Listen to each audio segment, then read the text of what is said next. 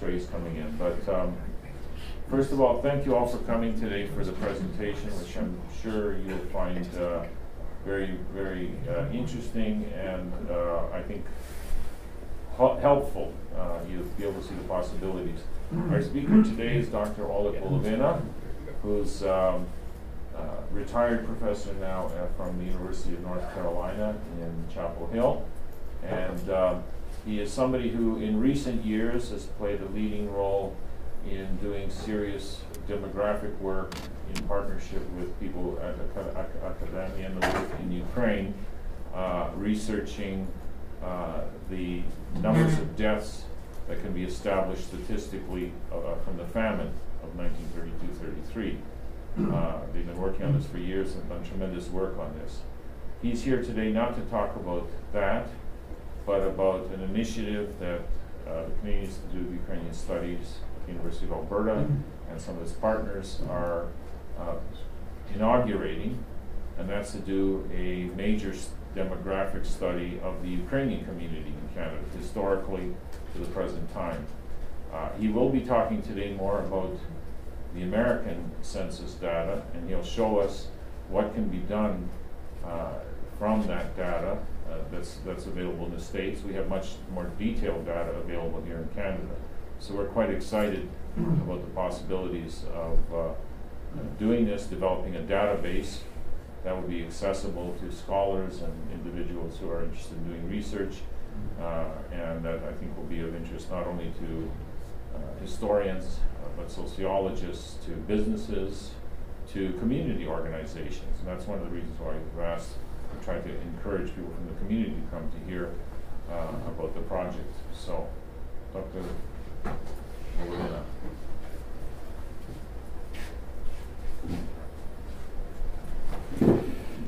Добрий вечір. Дуже мені приємно спілкуватися з шановною громадою Едмонтону. Це для мене перший раз, що я тут є. І сподіваюся, що дещо цікаво вам розповім. Тепер, може, перейду на англійську мову. Так?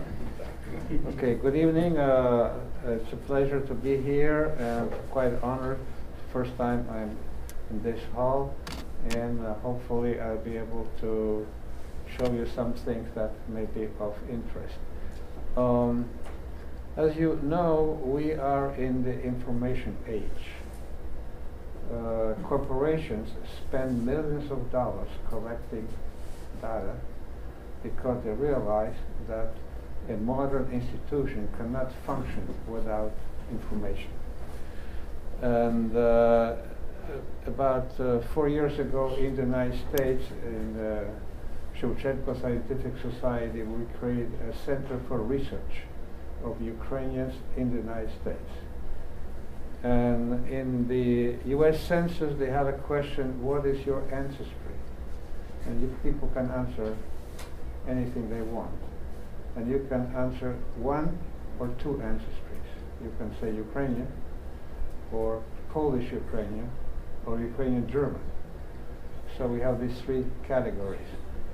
And based on the information, we built a database on Ukrainians in the United States that goes back to 1980 up till today.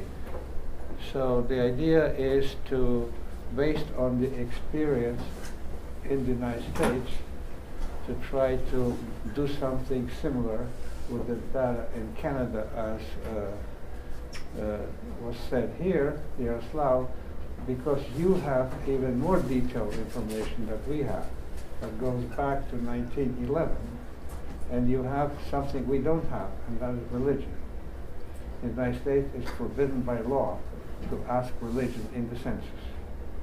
Well, here, you have that information, which is unique. And what is interesting, that you have all this information and nobody has been using it, which is available for free.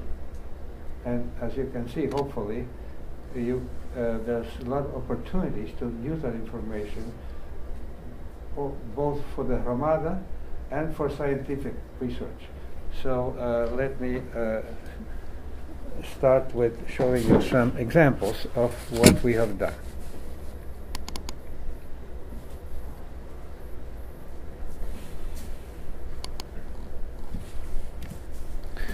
First of all, it's very important to define what is a Ukrainian living abroad.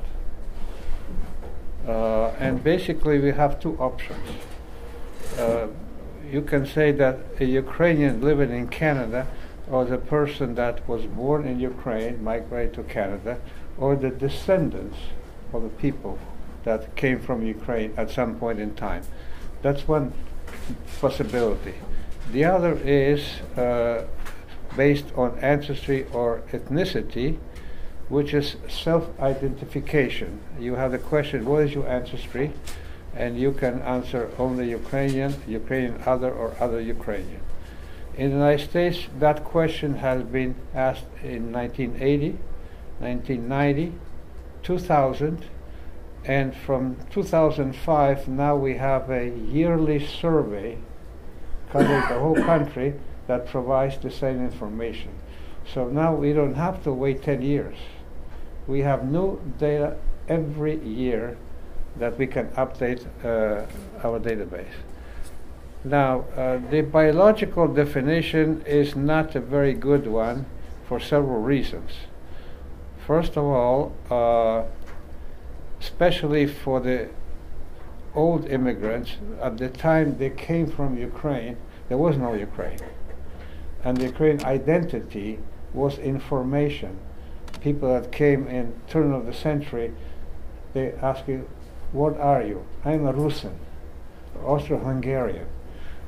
The other thing is that for many, many years there was no country, Ukraine. It was separated in different countries. And then you have assimilation, intermarriage. So how do you decide that after so many generations this person is not Ukrainian anymore, he's just Canadian? So that doesn't work. With the ancestry question, at least we have official data of people that said, I am of Ukrainian ancestry, and we can estimate how many there are. And that's the definition we are using in our database. So we have the question of ancestry. We also have a question on language. What language do you speak at home besides English? In Canada you also have mother tongue, which is the language of your parents. For immigrants you have year of immigration. And for country of birth or immigration, Ukraine was not on the list because it was not a country. It only appeared in 2000, when they started including Ukraine as a country of origin or of birth. So how did we construct a database? The Bureau of the Census, when they have a census, they produce tabulations. But Ukrainians are a very small group in the United States, only 0.3%. So the number of tables they produce for Ukrainians is very small. So they have very little information on Ukrainians per se. But the Bureau of Census constructs what is called a public use micro-sample. What is that? They extract a sample from the whole census of a complete record of a person and a household, all the information, all the questions. So they construct a 3 to 5% representative sample, and that file is put on the internet. You can download.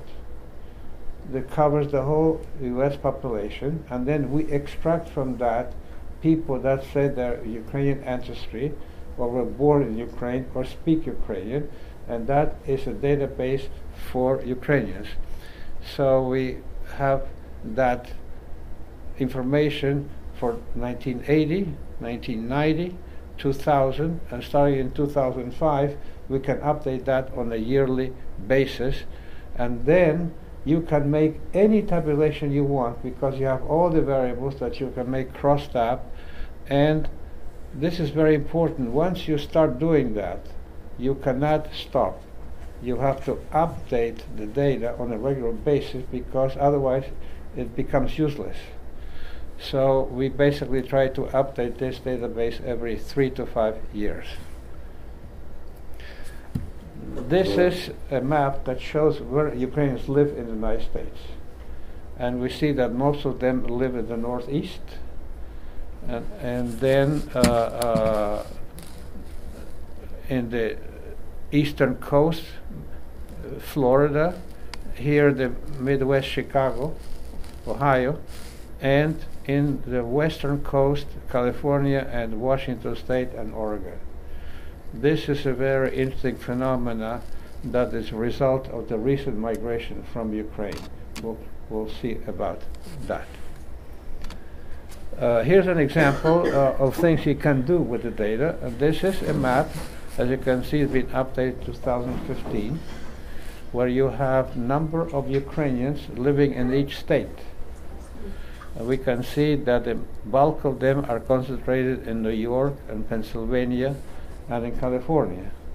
And then we have Oregon State, Texas, well, the green is Florida, Illinois, New Jersey, Washington State. So we see that the darker the color, the more people are concentrated. As we saw in the previous map, very few live in the middle of the country. Another map is that shows us how many people that speak Ukrainian live in each state. We can see that in some states there's practically no Ukrainians, people that speak Ukrainian, but in states like New York we have 22,000 plus, and in Washington State we have even more, 23,000. And again, that's a very interesting phenomenon. In California you have 17,000 and so on. In North Carolina we have about 1,800 or so. Another map shows us how many Ukrainians live in different metropolitan areas. So we have here is Chicago, here is Seattle, here is Miami, and here in the northeastern corridor, New York has the largest number of Ukrainians, 130 plus thousand, and then we have Philadelphia and so on. We have data for each state, and each state is divided in areas called super pumas, which is about 400,000 population in each area. So we can see the distribution of Ukrainians all over the state. And here we have two indicators. We have the number, and then we have a percent. Let's see. Oops, the same problem here. We have percent fourth wave and percent Ukrainian speakers. So we can see the distribution all over the state, and in some cities we have a separate map, like in Tampa, Clearwater, St. Petersburg, or in Miami, where you see the distribution within the city. Then we have maps for each city. This is Chicago. So you can see how many people and where they live. As you can see, there are very few in these counties. Mostly are concentrated in the downtown area. So this is the number of people. As you can see, most that are here and in the north. There are very few in the south and the east Where's of the the city. Ukrainian village on this map? Which county is it? Pardon? The Ukrainian village. Oh, it's right there. That's it there, okay. Right there. And then second map shows us percentage of the fourth wave, where they live, and percentage of Ukrainian speakers.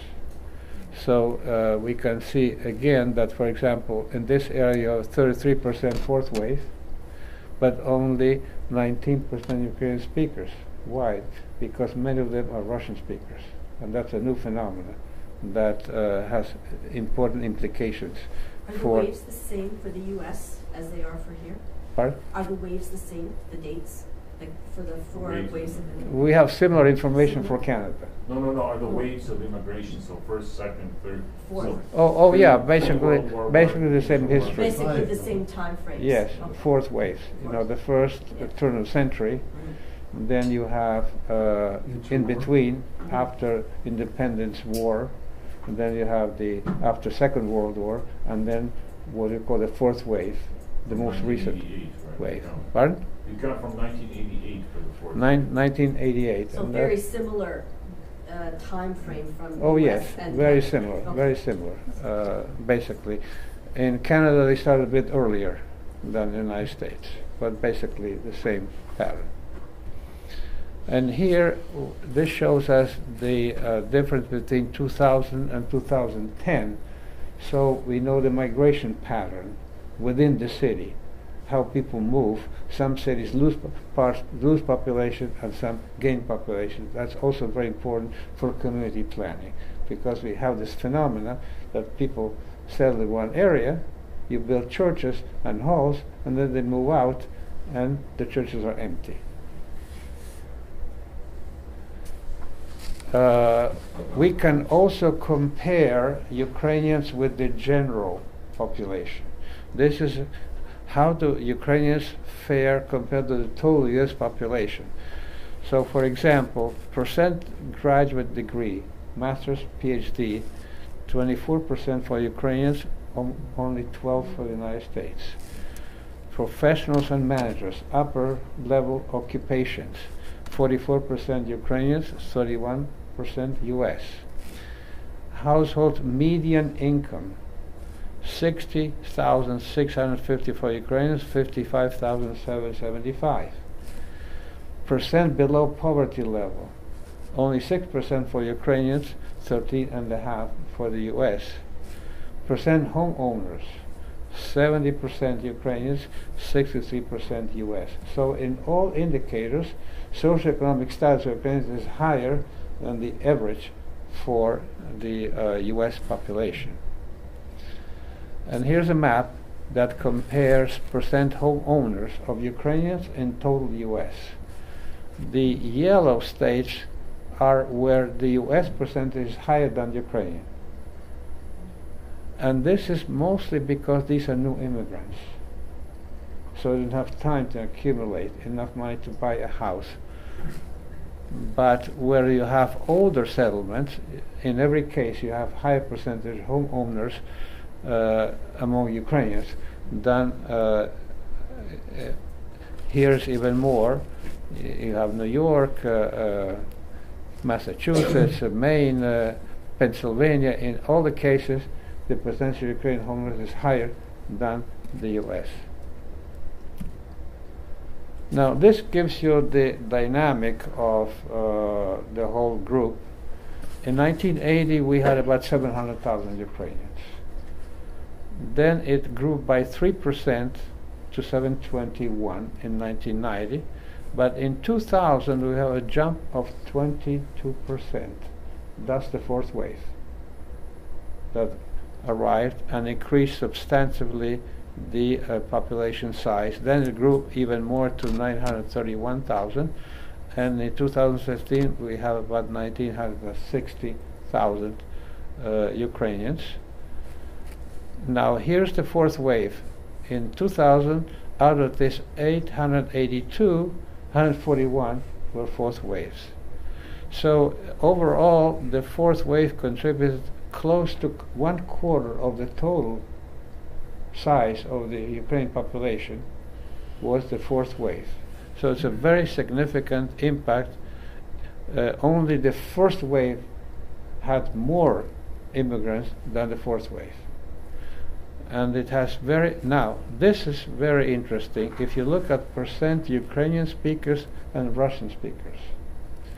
In 1980 there were 16% Ukrainian speakers and less than 2% Russian speakers among Ukrainians. In 1990 we have 13% gone down, assimilation, language assimilation. Russian speakers increased slightly to 2%. But what happened in 2000? We have more Russian speakers than Ukrainian speakers, and that is for the whole community, not just for the immigrants. And here we have 15% Ukrainian speakers and 16% Russian speakers, and here they're just about equal. We will see how this happened, because when I saw the figures the first time, I said there must be a mistake. Can't be. I called my friends in Washington. I said, look, you made a mistake in the census. They checked, and I checked, and they came back and said, no, there's no mistake. It's a fact. And then we started digging in and realized how it happened and why. So, some data about the so-called fourth wave. The fourth wave would define people born in Ukraine, and they said of Ukrainian ancestry and arrived in the United States in 1988 or later. So we look at people that came only from Ukraine, not from other countries. And this is what you're talking about, the waves. We have data because, before that most of them died. But you see the jump here, this is the Second World War migration. That's me, the piste. Now, here we see a jump. Generation. Right. Here we have a jump starting in 1974, peaks in 79, and then goes down. And then we have this big, starting in 1988. This is the fourth wave. This is the big. And then it started going down. Why? Because people started migrating to Western Europe from Ukraine. Cheaper, easier. So the United States was not attractive. They could leave. Before, they could not leave Ukraine, the Soviet Union. But after independence, they were able to move to Europe. And so the migration to the United States went down very significantly. Now, what happened with this migration? In 1974, we had the so-called Jacksonvanik Amendment, because Jews in the Soviet Union wanted to migrate to Israel, but they were not allowed to migrate, and they were being somewhat persecuted. So the Jewish community in the United States went to Congress and said, look, you have to put pressure on the Soviet Union to let the Jews out. There was an economic trade agreement between the United States and the Soviet Union. So Congress voted this act that says any country that discriminates against people for religious reasons will be punished economically. So the economic cost of the Soviet Union was too high, so they allowed Jews and some Protestant sects leave the Soviet Union. Now, we had this short jump between 74 and about 82, but then it petered out, and only after Gorbachev and Perestroika started this massive migration in 1988. But only Jews and Protestants could migrate. Most of the population could not migrate until after independence. And that had very important implications, because this is migration data from 1997 to 2014. So we see this,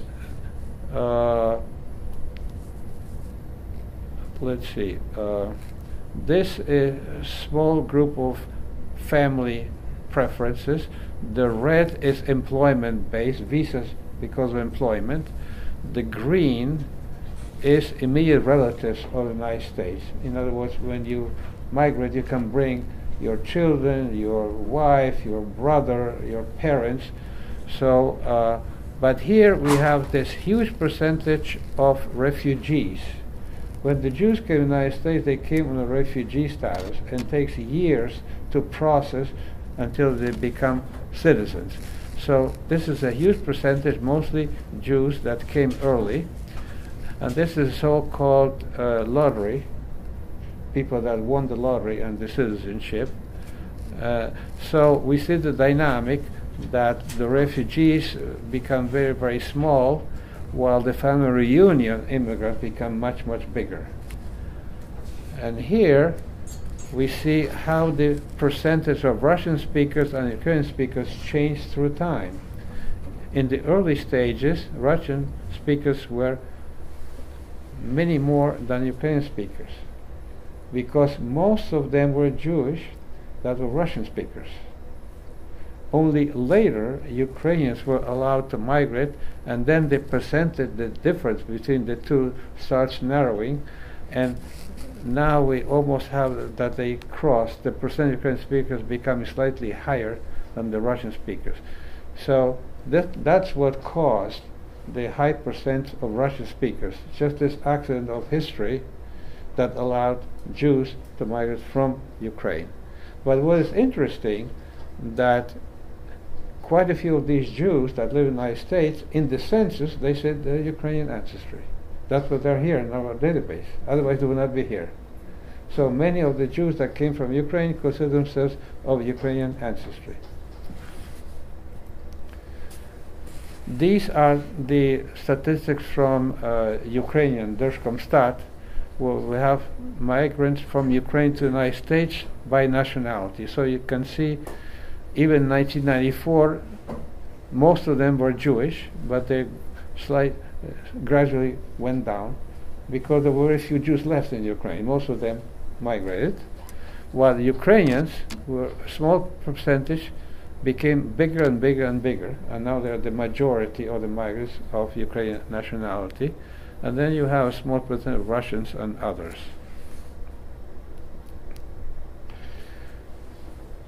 This is one example of the tremendous impact of the fourth wave in the community in the United States.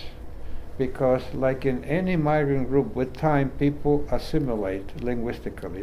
They lose the language. But when the Ukrainians came, many of them were Ukrainian speakers, and if you look at Ukrainian speakers by age, the green is the non-fourth wave, while the yellow is the fourth wave. As you can see in these critical middle ages, the great majority of Ukrainian speakers are fourth wave. They stopped the assimilation process, they reversed the trend, and you had a pool of teachers for Sunday schools, choir directors, musicians, journalists. In other words, they reinvigorated the life of the community in the United States. Now, that's only a certain proportion, because quite a few that couldn't care less about the community. They came to get a job and make money. But still, a significant proportion, depending on what city, we'll see the differences. It was like a dose of vitamin for the community life, and they had very significant impact. Here we will see how the migration affected different cities in the United States. In New York, in 2000, we had 143,000 Ukrainians. The total number decreased in 2015, but the number of fourth wave went from 38 to 43. So the proportion of fourth wave in New York increased in those 15 years. Although totally they lost population, but they made up to a great degree by the new immigrants. In Philadelphia, we have a similar pattern. Actually, we had only 8,000 in 2000. In 2015, it became almost double. Percentage-wise, we see that in New York, we went from 26% to 31%. In Philadelphia, from 14% to 22%. In Chicago, from 21 to 39. In LA, it went slightly down. But in the biggest cities of Ukrainian concentration, they had a significant impact on the total number of Ukrainians. Then we have that northwest corner, Washington State and Sacramento. In 2000, 49% of all Ukrainians were fourth immigrants, almost half. And in 2000 in Seattle, we had only 20,000 total. But in 2015, we had 6,000. So as you can see in Sacramento, they made up 62% of all Ukrainians in 2000. If you go back to 1980, there was no Ukrainians in these cities. They created a new community, basically. And then other Ukrainians came from other parts of the country. So this is another type of community that basically was created by the fourth wave. Then we have smaller cities like Charlotte in North Carolina, or Northport in Florida, or Jacksonville in Florida, where again we see a tremendous increase. Charlotte from 2,700 to 7,000, and that growth was to a great degree fourth wave, from 320 to 3,000. In Northport, Sarasota, Florida, from 264 to 2,000. In other words, from 12% to 40%, from 9% to 30%, from 12% to 49%. So again, these are smaller communities that grew tremendously because of the impact of the fourth wave. Now here are some applications. What can you do with this? Practical terms. This is just a few examples. The credit union in New York, Samopomocz, they decided to open new branches in the New York metropolitan area. But they wanted to make sure they opened a branch, there were Ukrainians around in the neighborhood. So they came to us to do a marketing study of the metropolitan area of New York. So we use this data to analyze where people live, where the fourth wave settled down, and how do they migrate in time. Because usually when migrants come in, they settle in a cheap area because they don't have money. But once they start growing, getting good jobs, they move out to better areas, to the suburbia. So we were able to measure the flow of migration, and we gave them the study, and based on that study, they decided where to open their branches, and they paid us money for the job, would help us to support the project. Another example is, this one example of the analysis we produced. These are the boroughs of New York: Staten Island, Brooklyn, Queens, Manhattan, and Bronx. How many Ukrainians lived in those areas, and what percentage were fourth wave? Important information for them, because the fourth wave are a good candidate for mortgage, good business for the credit union. They wanted to know where the fourth wave lived. So this is just one example. I have a report, so you can have a look at it. Another example is North Carolina, as we saw, had a tremendous increase from 4,700 in 1990 to 16,000 in 2010, a 238% increase. Now we have cities like Asheville. In 1990, there were only 199 Ukrainians. In 2010, it grew up to 2,000. Charlotte, from 1,200 to 5,000. Raleigh-Durham, where I live, from 500 to 4,500. So when the bishop of Ukrainian East Catholic Church came to visit us, we showed him these numbers. He went back. After some thinking, he decided to open 3 new parishes in these cities. So this is data in action for the community. Because he realized there were people that enough for a parish.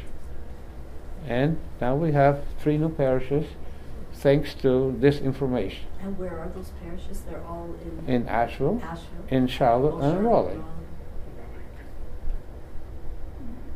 With new churches, or just using? No, new churches. In our case, we had a deacon, didn't have it, so he told the deacon find a plot. He found a plot with a house. There was a shack, spruced it up, and we started a parish, and now we're building a church. In Charlotte, the same thing, and Asheville, the same thing. So this is a real example. These examples show how useful this information can be to improve the work of the community, make it more efficient. Now, a very interesting case is the Jewish community. As I said, in the United States, it's forbidden to ask religion, and Jewish is considered a religion. So the category Jewish is not in the census. They do not have official information how many Jews live in the United States. Because it's so important for them, they have 2 research centers, one at the University of Miami and one in Connecticut, that they fund with professional demographers and geographers, and they do yearly surveys and publish a yearly statistical book, how many Jews lived where, because that's key for them to plan their community work. They invest millions of dollars to get data that we get for free, but don't use, while they spend a lot of money for data that they consider important. And here's an example of a Jewish geographer in Miami that they did a study because they had to decide where to move the synagogue and the community center. They were thinking about putting in the south of Palm Beach County, but once they analyzed the data, the guy said, no, they're moving north, not south. So they changed the plans and put the new synagogue where the Jews were migrating to. So this is again data in action. Now let's have a brief look at the situation in Canada. In Canada, some years ago, Senator Yusek and Darkovich submitted a request to Statistical Canada to produce a bunch of tables on Ukrainians in the United States starting in 1911. And they produced 4 volumes of tables about religion, occupation, migration, etc. Very useful data, income, labor force, citizenship, and that data has been sitting in queues and no one has used it. Now, in Canada, data on ethnicity started in 1911. They started asking that question. And you have detailed data on religion as well. And Statistics Canada started producing these microdata just like in the United States, starting in 1971, every 5 years. So you have the data like we have in the United States every 5 years that can be downloaded and used, just like we did, to build a database. And what is interesting that was yesterday, we found out in the library of the university that actually a Ukrainian librarian, and her boss, in the last, 20 years, were producing data on previous censuses, starting in 1931. So you have data that's sitting in the library, detailed data on Ukrainians starting in 1931, and nobody knew about it. We discovered it yesterday. So we have now this tremendous potential of getting this data, processing it, building a database, and start producing these results, and have the community take advantage of this information that is there. Here's an example, data on religion. This is a time series of Greek Catholics. What happened? As you can see, the numbers went down. But here's the data on Orthodox, Pravoslavny. Basically stable. But here's the data on Protestants, Anglican, United Church, fundamental. In other words, the Orthodox Pravoslavny more or less are holding the place proportionally, but the Ukrainian Catholics are losing, and who's gaining? Roman Catholics and Protestants. And we have the information enough to analyze in detail this process by province, by big cities. We can look at the age structure, as are older people or younger people, level education. This is key information for the churches to analyze and to see the dynamic of the faithful, how it changes through time. And as we saw, if people migrate, where are they moving to? Do we need to open a new church? This is just one example of something that can be very useful if the data is available for analysis.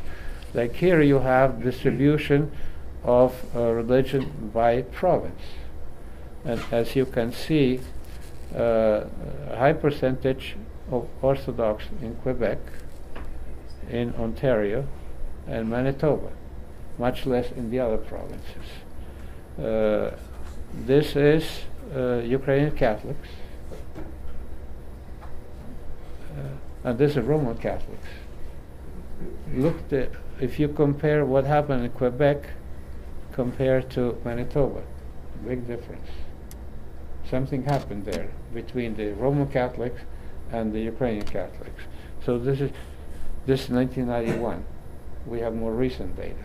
So this is an example of how we can analyze the dynamic and see at the local level what's happening.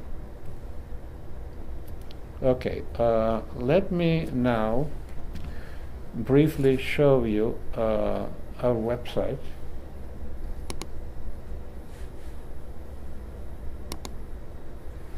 This is the website of our research center. And you can access that, anybody can, and we have lots of data there. Here's the tables, fixed tables. You have tables for persons and households. So here we have a dynamic by state, 1990, 2000, 2010.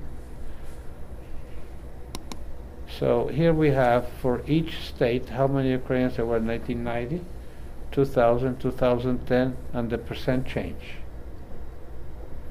We can see that overall in Alabama there was an increase of 72%,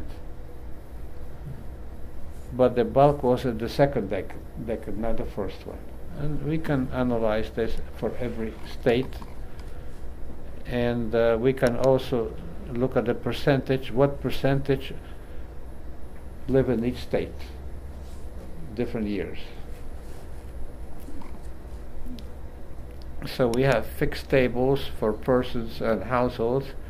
Then we have interactive tables, where again we choose persons, And then let's say we look at the fourth wave here. Now we can select a state or a metropolitan area. Let's select a metropolitan area, and let's, out of this list, let's look at Buffalo.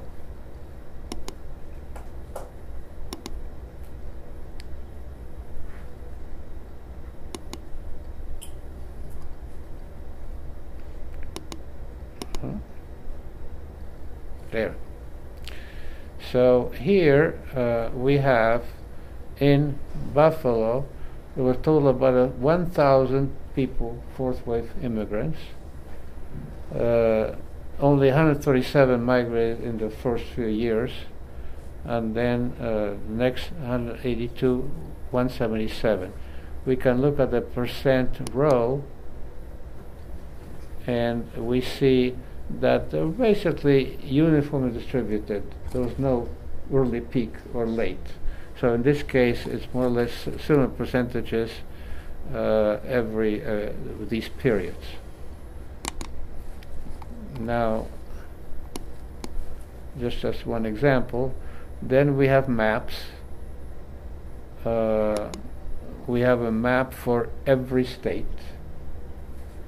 So we can choose Connecticut, and it shows us the distribution of Ukrainians, just like we saw in that example. It gives you where Ukrainians in the state of Connecticut live, and you have percentage of fourth wave and Ukrainian speakers.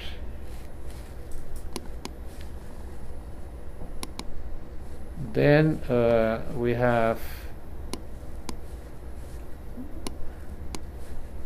map U.S. comparison. So we can compare, percent poor by state. So we can see that in most states, percentage of poor among Ukrainians is much lower than in the United States, and you can do that by metropolitan area as well. Then let me first go back here, map, zoom in. So this is the let's take Florida. This is the state of Florida, and here we have a list of indicators: number of Ukrainians, Ukrainian speakers, percent Ukrainian speakers, etc. So let's look at percent Ukrainian speakers, for example. So now we have percent Ukrainian speakers in each of these areas of the state of Florida, so we can see how many and what percentage, how they are distributed. And we have this for every state, or you for... You need to show where the Ukrainians from Canada, the snowbirds, settled in Yeah. Florida too. Well, Arizona and Florida. And Florida. we can look at citizenship and we can find them, because we have data on citizenship. You do. Yes, but they have to be counted in the U.S. at the census time. Otherwise, they will not be here.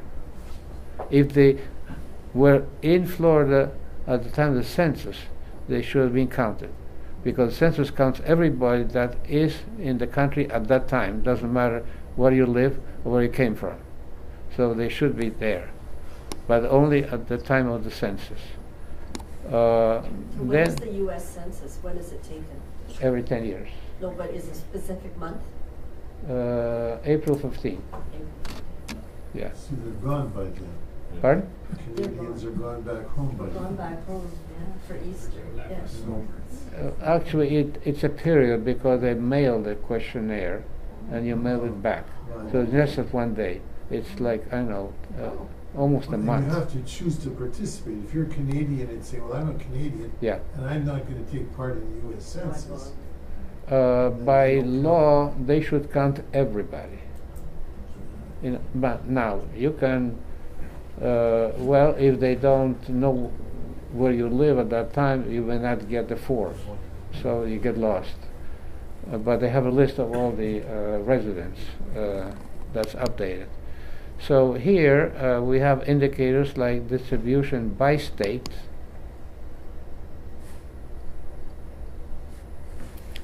So you have the map of the whole country by state, and now you click on any state and you have the data for that state. You know how many Ukrainians between 1980 and 2010, number of fourth-way immigrants, number of Ukrainian speakers, number of Russian speakers, and here you have the percentages. Now you have that for every state. We need that in Canada. I'm sorry? We need that here in Canada. Well, you have the That's- opportunity, that's what we're- and that's the project, intent of this project. That's their project. Okay? Now, let me briefly show you a few more things. We also have data on immigration. And we have data for other countries for comparison purposes. This is immigrants from Ukraine. Starting in 1992, Ukraine became a country in the immigration statistics. So now we see how many people came from Ukraine every year legally, and how many of them were family sponsored, how many employment, economic visa, how many were reunited with family members, how many refugees. As you can see, the number was very high at the beginning, went down, and this is so-called lottery, very popular in Ukraine, that people send the form, and some of them win the visa. Okay. Yeah, and as you can see, every year about between 3,000 and 4,000 got a legal visa just by winning the lottery. So this is immigration statistics, and we also have data on children from Ukraine adopted by Americans, by every year and by age groups.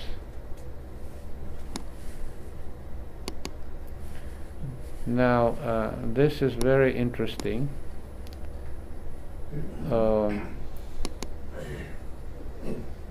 When you have elections,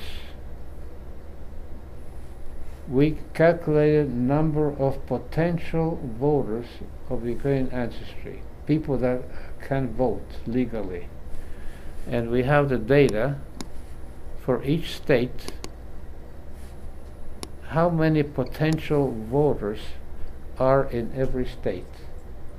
So you can go to the candidate for a senator for that state and say, we potentially could try to deliver so many votes depending on your policy for Ukraine. Now this is official data, not made up. And these days, elections at the state level can be decided by a couple hundred votes. So although proportionally they're not big, but when you have 14,000 potential votes in Arizona, that's a significant number. And we have that information for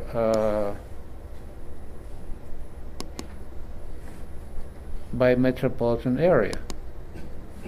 So if you go to the mayor of Chicago and say, we have potentially 34,000 voters,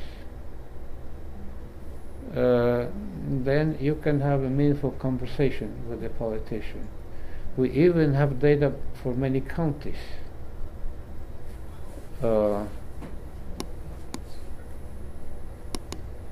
Here is by state and county. So you can choose a state like Illinois,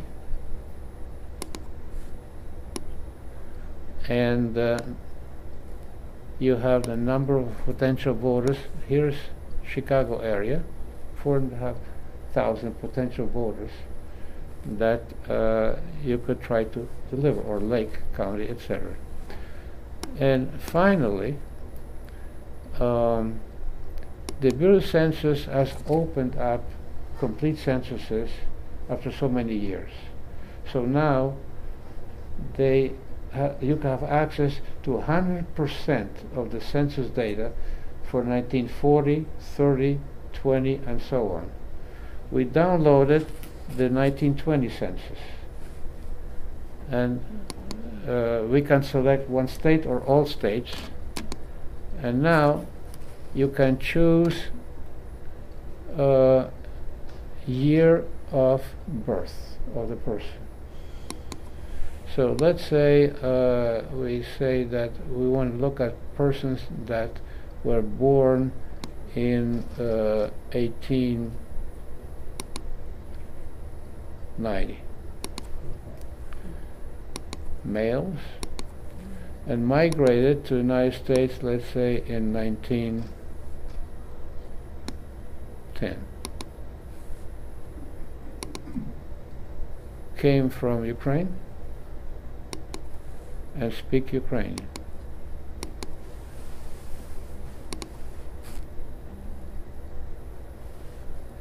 Here are all these people that satisfy this criteria, and we have a complete information for each person. This is a married couple family household in the state of Michigan, in the city of Battle Creek, Michigan. They are renting the house. They don't own the house. There are 4 family members in the household. 2 of them are children. Age of the oldest child is 4 years. Age of the youngest child, 2 years. This is the head of the household, male, 30 years old, married, spouse present, born 1980, born in Ukraine, father and mother born in Ukraine too, not a citizen yet, speaks mother tongue Ukrainian, speaks English, cannot write but can read. Many of them were illiterate at that time, and has occupation does not classify. So this allows us to study in detail the first migration wave, which we didn't have this kind of data. And you have the same thing here in Canada. So it opens up. We started in 1980. Now we can go back to 1920, 1910. So it opens tremendous opportunities to do historical research and more academic research. So I think I'll stop here. Probably you'll have some questions, but I hope I give you some idea about what can be done and how useful it can be.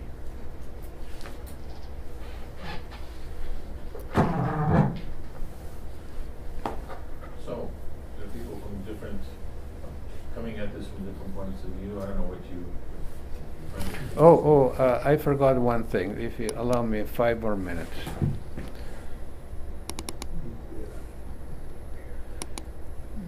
This website is open to the public, and we track how many people every day go to this website. And what is the website? I can't see. I'll give you the information, but let me show you.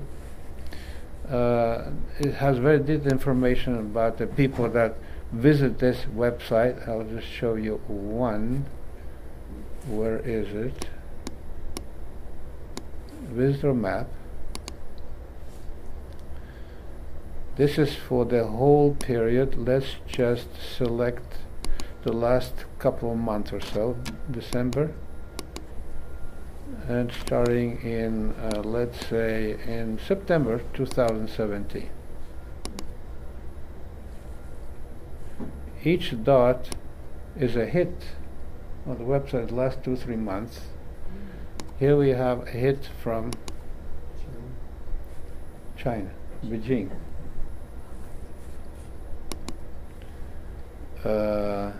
Let's see. Is that a KGB center?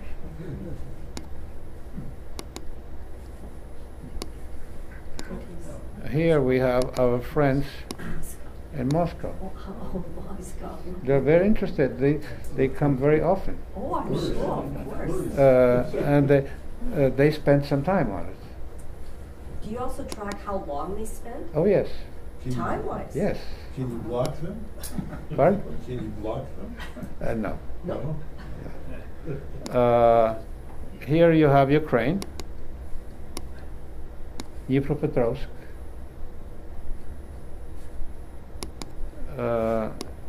Here you have Spain, Madrid, Spain, from all countries of Europe, England, Central Europe, here in the United States and Canada. Nobody How from many Germany. visitors do you have every day? Pardon? How many visitors do you On the average between 5 and 10 per day. How many between? Between 5 and 10 hits Five. per day. Five? Per day. Which is, 8 from Moscow and the rest from the rest of the world. Yeah. we have hits from Donetsk, Yes. Luhansk, And it looks like many Crimea. visitors are from New York State. okay? So there's a lot of interest, not only among Ukrainians, but in the world community.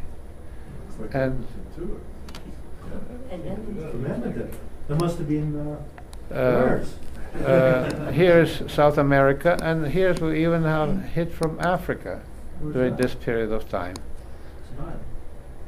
Okay?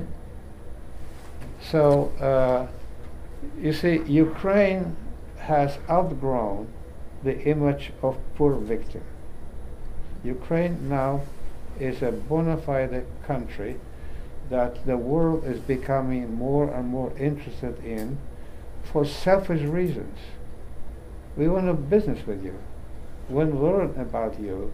We want to do research on your history, your country, your economy. So this is becoming an important tool for people that are interested in the country, and that's why I think it's very important that we have this information that's useful not only for us, but for foreigners in many other countries. Even the Ministry of Foreign Affairs in Ukraine is using this website very often. So, as you can see, it's time for Canada to catch up. Okay. what is the last census? Like in Canada, we can only access. You had a census in 1921. 2016. The data is being processed. And this file that allows you to do this will be ready in 2018. So if you are prepared, you have the machinery, you can download it and have up-to-date data for 2016.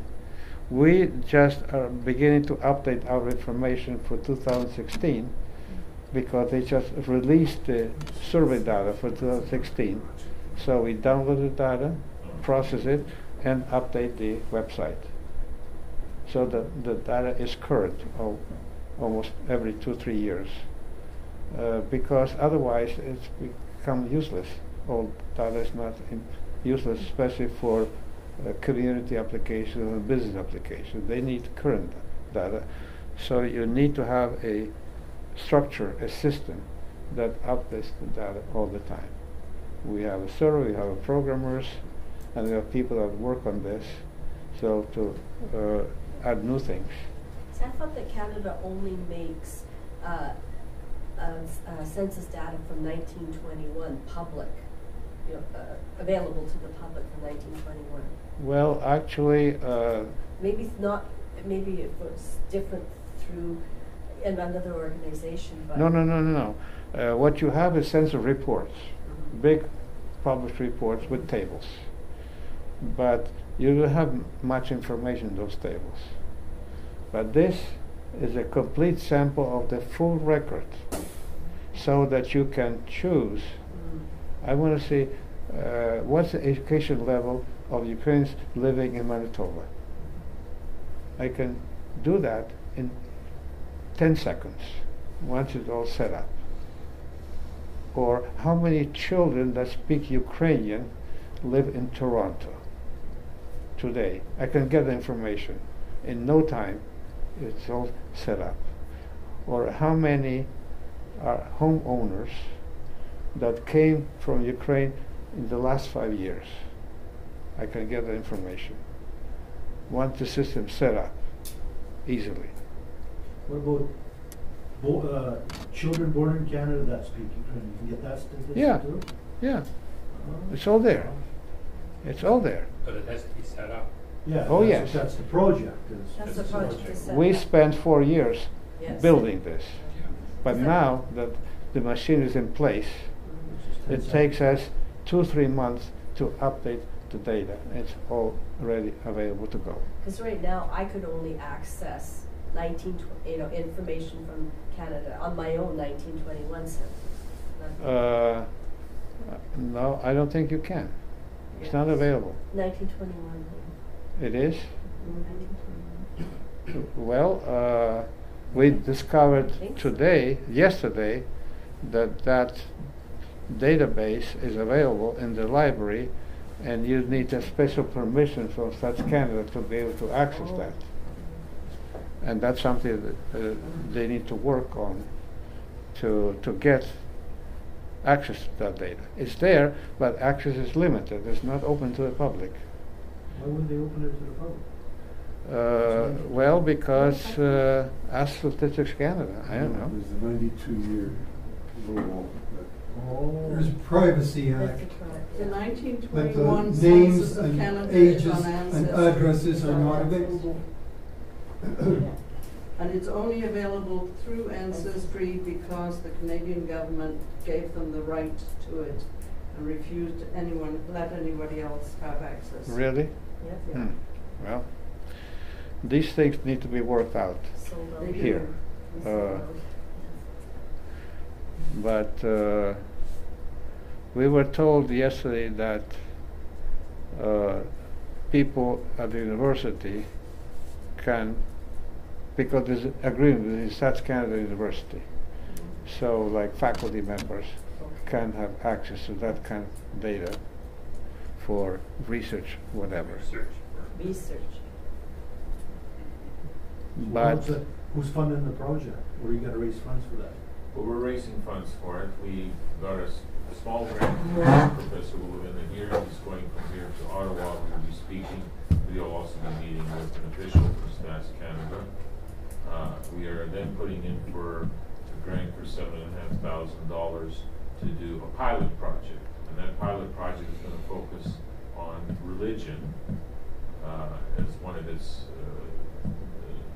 areas of focus or whatever, to generate data and begin building, provide an example of how this database would then be built over time. We add more and more areas to it. So are you planning to write to organizations, casinos for funding? We're looking, this big project, to build a full database is going to be serious money, and I understand there was a meeting even today after our meeting with somebody from the Cool Institute for Advanced Studies, where we were hoping to ask, put in for a grant of $100,000 next year. But we are going to be looking for some money in the coming months for this first phase of the project.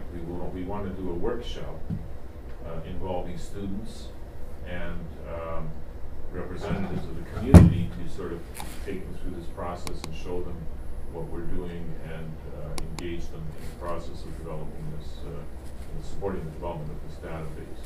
So you mean you're going to include Edmonton and Absolutely. provincial? I was hoping to see, because I spoke to as many people as I could in various organizations to come tonight to learn about this, because I think from what you've seen, you can see the potential for this. Oh, yeah.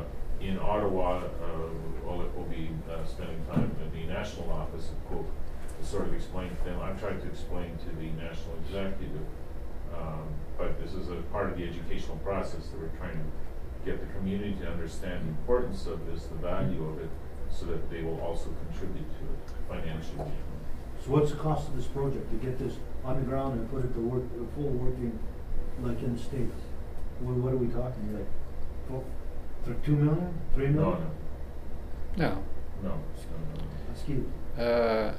Well, we spent in these 4 years, I would say, let's see, 9, 10, 9,000, 10, 20, about less than 100,000. Less than Less than Yeah. 100,000. To get US. to that, yeah. US. Much of this. So it'll be what, 150 Canadian? Sydney. Yeah. It's just to follow up on Marco's question. The $100,000 grant is a grant over 3 years. But Roman, I know that you've had some experience with this particular grant. There's a requirement of donations. Some of them can be donations in kind, and some of them are monetary donations in order to be eligible for this grant. Is that correct? Indeed, to increase the chances of CIUS succeeding at a grant inside the university, it's always useful to have community group Matching grant. be a partner. Yeah. And, you know, it could be smaller, middle-sized, bigger partner, it doesn't matter. But the fact that, you know, CIUS has partners from the community has political significance inside the university. So this is why Yars mentioned probably in May, we are hoping to have a group of younger people, university students, 3rd year, 4th year, recent graduates, whatever, who have an interest in learning about this, coming together to get a little bit of training and to work on this project. So it's not a project just to be done at the university and hidden away. This project is for the community's use. And that's why it's very important, and I'm very appreciative of Oleh, flying so far and taking so much of his time to come in and tell us about this, because it's important to realize that our community has to use all the resources that are available to be strategic. Like, we have to know where to invest in order to get the maximum return. You know, where to put the next parish, or how people are moving in Edmonton. You know, is it across the river? Is it West Edmonton? Is it North? You know, where are the real people?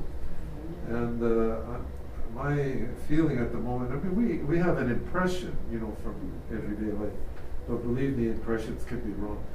And it's better to get the numbers, hard data, track it systematically, scientifically, and then our community dollars make a bigger impact.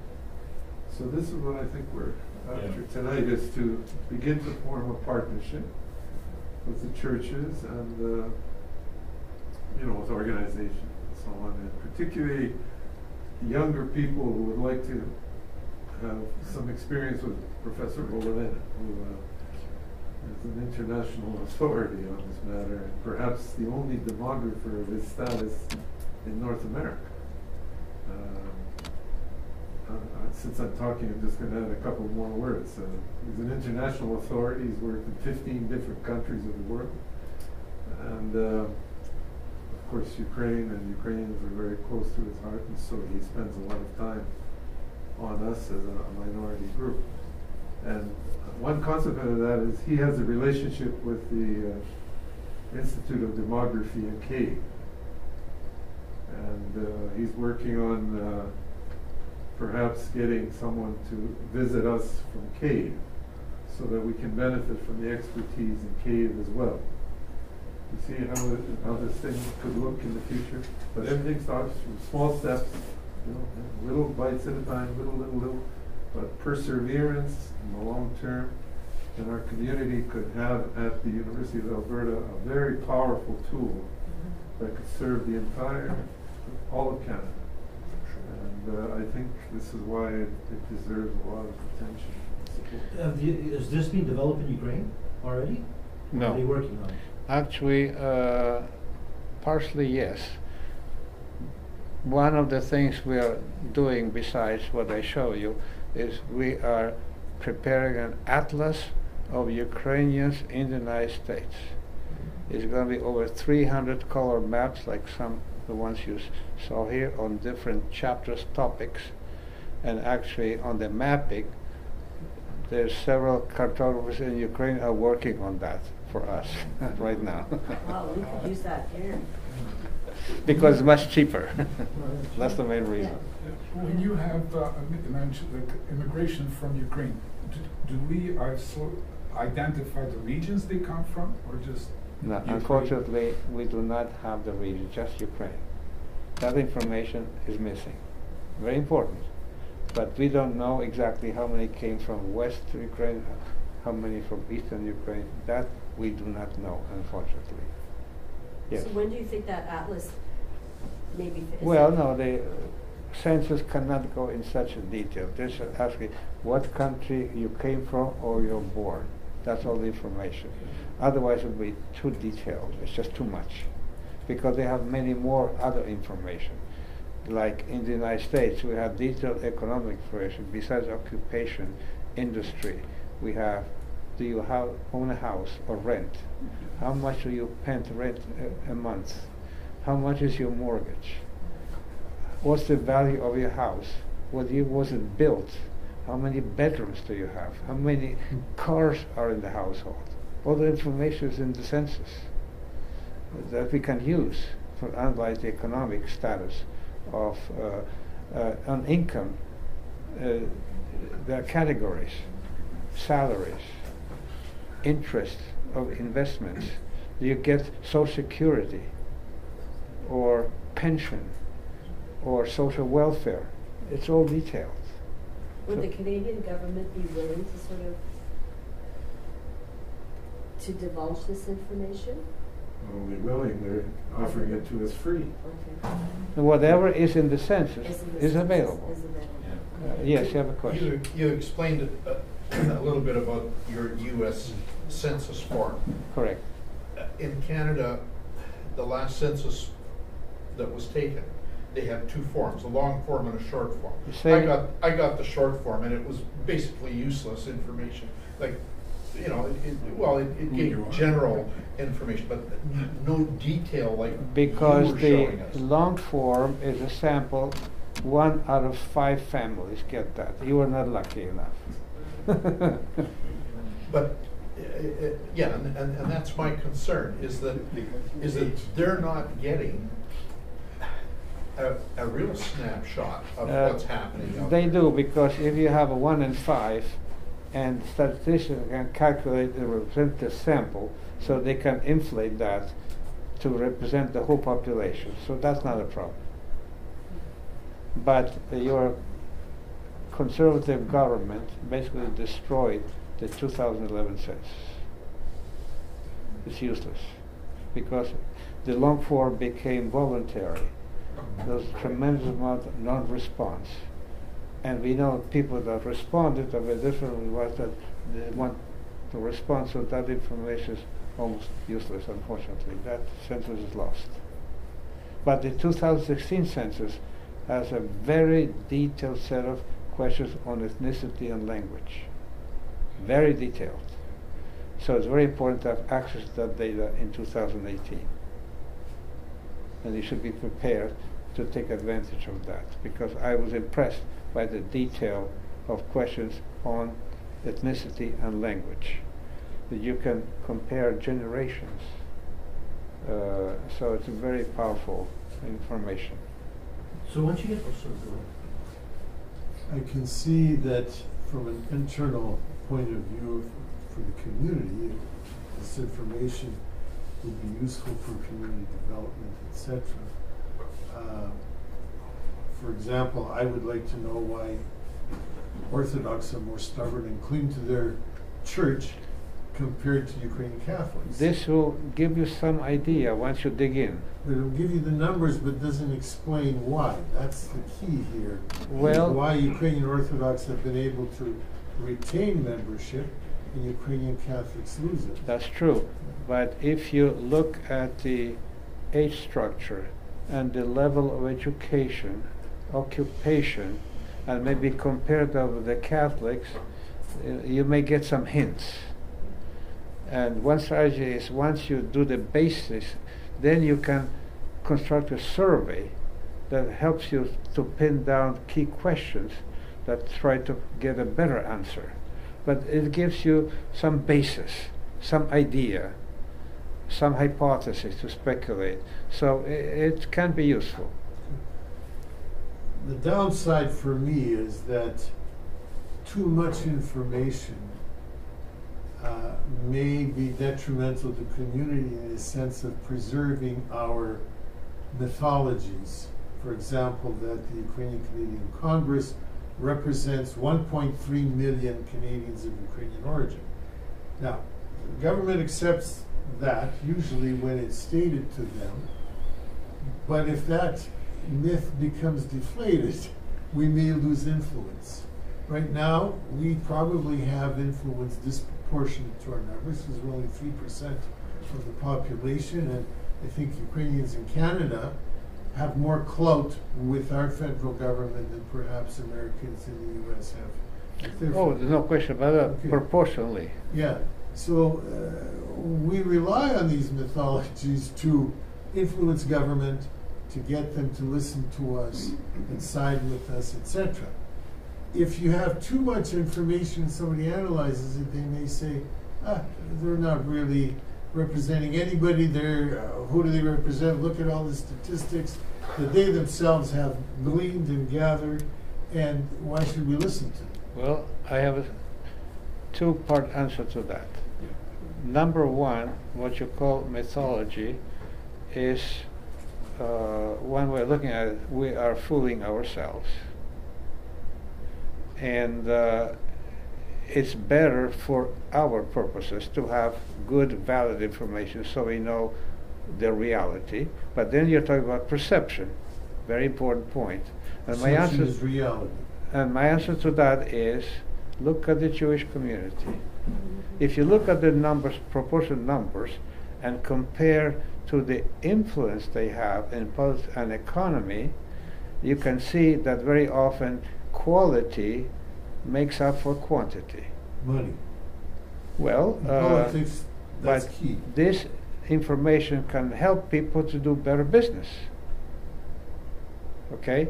So my position is that having good information and using it adequately is beneficial in the long run, because this business of we are losing population, well, maybe so, but we can make up with the quality of our people. Higher education, higher income, many more professionals, and that can have a significant impact vis-a-vis just numbers. So I think you can argue both ways. But my position is it's much more useful to know exactly where we stand instead of pretending we are something else. I had a talk about this topic in New York at Census Society. When was it? When the 2000 census came out. So I presented the figures. At that time, we had 750,000 according to the census. One person raised his hand and says, I know better. What you're saying is not true.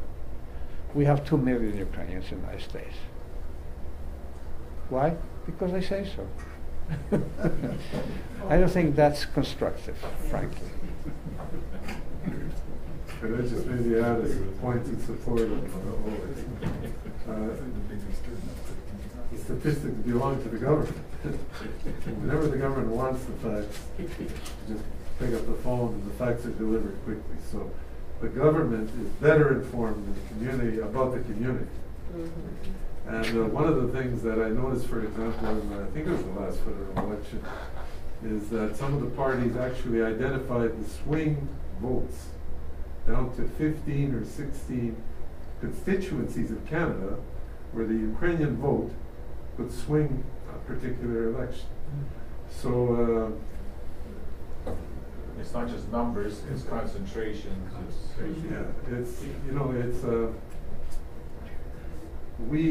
Some Ukrainians think that we're fooling the government by saying 1.2 million or whatever. whatever, 1.2. But it's the government that created that number, right? You remember that until, what was it, about 1971, we asked ethnicity. Only one ethnicity. Not multiple ethnicity. And then we introduced the concept of double ethnicity. Yeah. And the number of Ukrainians jumped from 500,000 to 1 million. Or if you went to grandparent, my baba was Ukrainian, Right. which is what a lot of people say. Yeah. But they don't know Ukrainian, they're not involved in the community, but my baba was Ukrainian. Right, right. No, but remember that 1.2 million people voluntarily ticked Ukrainian.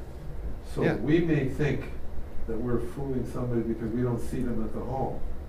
But over 1 million people in Canada ticked the census. And there are lots of Ukrainians who put Canadian down or whatever, right? So actually our numbers are probably even greater. Yeah. I just want to point out, like certainly from the Orthodox Church, Father Tim Krabko would be the kind of guy that we want to have at this workshop. Bishop David as well is very interested in statistics, numbers, and things like that. So we have to make sure that we pull in some people for our planned workshop in May to get them engaged in this process, because we need buy-in from the community and support from the community, not just financial, but we've got some people who know what's going on and participate in it. As I said, the Jewish community in the United States is spending millions of dollars to get this kind of information because they realize it's important. And there's a center in Jerusalem that keeps track of all the Jews all over the world. I know some of them personally. And they do studies, publications, reports, because they feel it's important. Speaking of Jews in Jerusalem, Donald Trump just announced that they are moving the embassy to Jerusalem. Tel Aviv. He's going to announce on Wednesday. In Jerusalem, it's already Wednesday. What's the timeline on this project? Well, we're looking on a 3-year cycle as far as the Zacchaeus grant goes, but and obviously it needs to be updated on a regular basis too, right, for it to be useful. So you have to build up an endowment fund. We'll have to figure out some way to finance it on an ongoing basis. But the first step is to, if you build it, they will come. And then when people see the value of it, I think we'll be able to, I'm pretty sure that the make sure businesses we find will be paying us for the information. And we can start. Yeah, you may. Well, once you have the machine in place, you should think about $10,000 a year to maintain this. 10,000 a year to Yeah. maintain it. You made mention that the 2016 census is ready to be put into the database. Not yet. They said that they plan to have the micro data that we need in 2018, towards the end of 2018. 18. Yeah, it'll be available. Okay. Right now, they're producing tables, Right. Okay. but the full information that we're using should be ready by the end of 2018. It's a year from now. Pardon? So it's a year from now. It's a year from now. About a year So from now. then you should realistically, it's not going to be available. If you have the machinery in place, you should have the data available in 2-3 months for the public. Okay. Did you develop the software on your own, or did you have? We developed some template? software our own, yes. Could that be available to our communities? I gave a copy of one of our programs today at one of the officials at the Cooley Center. So we wouldn't be starting from scratch? No. Benefit from all of their work. So the Canadian project would be. So the software is available? Yes, it's available. So assuming that the funding is in place. Yes. I'm going on an assumption basis here. Assuming that the funding is in place, realistically, this could be put into practice in 2019. Realistically, yes. Realistically? Yes. Okay. Because we have this experience in the United States, and the machinery is basically the same. some details, but basically we already have that experience that can be applied to the Canadian situation that we use in the United States. So that'll save a lot of time. And who Well, has just more or less for summary purposes, basically, you have the machinery, Yes, okay? And we have the data, correct.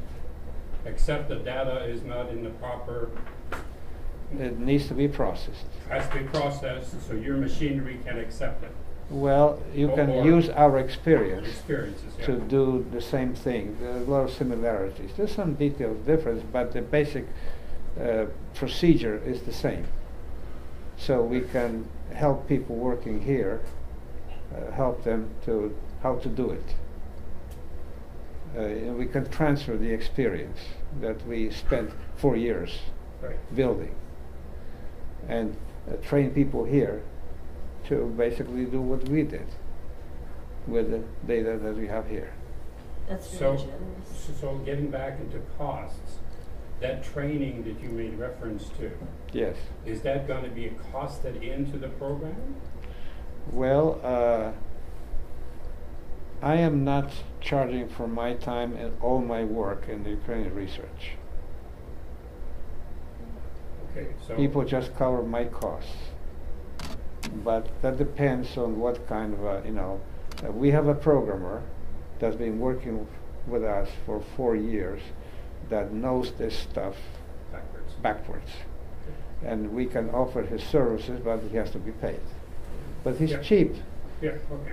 because he lives in Bolivia. Oh. It's called outsourcing. Outsourcing, yeah. And I talk to him by Follow Skype that. every Easy day. follow, yeah. Okay. Okay. So, or you can have a research assistant in Ukraine that can do some of the stuff, and they're cheap too.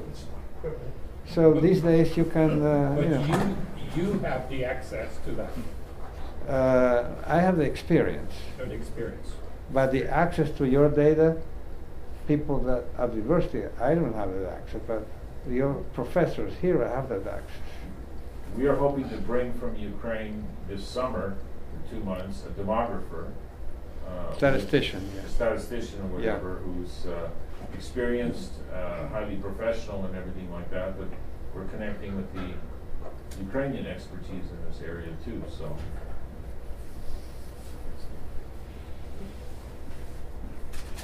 Are you guys, on this presentation, you're gonna do a summary of the important points? Що було вказано? But we have it recorded. Oh, I know we got a recording, but I mean, my knowledge, so I get it. I can Right. spread it through UCC, Edmonton, to all the organizations, they can spread it to their people Yes. to promote this. That's Yes. what I'm getting at. Yes. Щоб було like висновка of all this, щоб було добре. The key points, what this whole program is and what it can do. Press release, is that what you're looking Or at? something like that, yeah. Or just a summary, що було сказано. Well, you can take the presentation and somebody can sit down and write a summary. That's a good point. Right. Part of it, we want you to go forth and talk to people. Я не буду пам'ятати це все. No, but No, you have no. a good idea, a basic It'd be idea. good to have key points, Yeah, so key you points. can, yes, yes. I can tell the Excellent. skeleton idea, and I can say Absolutely. here. Yeah. Of this presentation. Yeah, This is yeah. what was, a summary of what was discussed. Yeah, Any absolutely. questions? Here's yours belong email address. Or Dr. Ivan Petrishin's email address, or yours, Dr. No, I can, maybe somebody can write down the address of the website Yeah, so I'd people like can that. jot it down. Is there a, Can you put it up on the screen, Ron? yeah, Write it on I'll write it on that on the white white paper. Yeah, on the paper. On the paper. Yeah, there's, on the,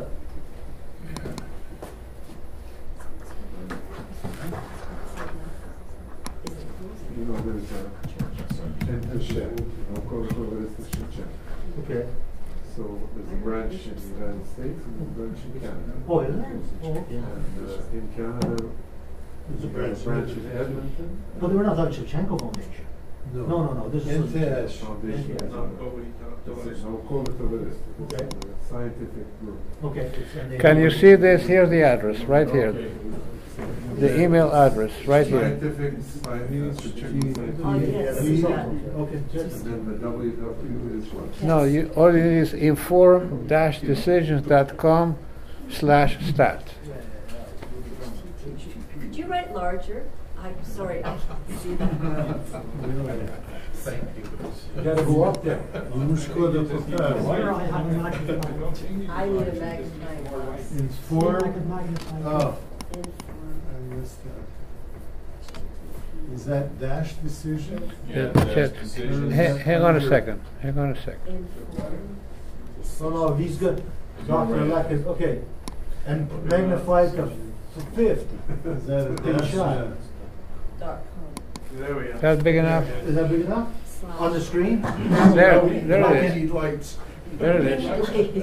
Informdecisions.com. Decisions. And I can access that myself, or not really. Only if you have a computer. Anybody can I have access an that. iPhone and Anybody. And you'll show up as one of the people who visited the site, and they'll be measuring how long you spend on it. And a long time. you'll get emails selling you And various send you a bill. packages. Send me a bill. You see, we have a dedicated server that manages this database. How did this, I'm sorry, I missed the beginning. How did this come about, this idea to do this? One night I couldn't sleep. I usually watch TV, but That's when the alpha and this is waves, when this the alpha idea was brain waves are incubated. working. About 5 years ago, it dawned on me that being a demographer, I work with this stuff from many countries, and I realized here's information that's useful, it's free, why not use it? But not you. So I proposed the idea of creating a center at NTSh in New York, and we got together, and they decided to allocate a small amount from the central budget to start, and that's how we started. We got a group of people and found a programmer, and we started working. In New York. Yes. And what is the name of, I missed the name of, Center for Demographic and Socio-Economic Research of the Ukrainians in the United States. Possible. Just a short one. Yeah, just the short. Here it is. Oh, the center, there you go. Okay, we'll copy that down. Center, T-E-R, not R-E. Yeah, you spelled center wrong. Oh, there's the U. That's the American way. That's the correct way, yes. It's R-E actually, right? Canadians don't know how to spell it. But yeah. It's American way. I think we need to wind down because our staff here has been working very long days at the hall here, and it's time to start shutting things down. But I just want to thank, first of all, Dr. Wolowyna, who gave this, really interesting presentation on shows us the possibilities, and I want to thank all of you for coming out to hear about it. Encourage you to spread the word that this is a project that is moving ahead, and that I think is going to be a great benefit to our community as well as to scholars and specialists in this area. So, thank you. Thank you.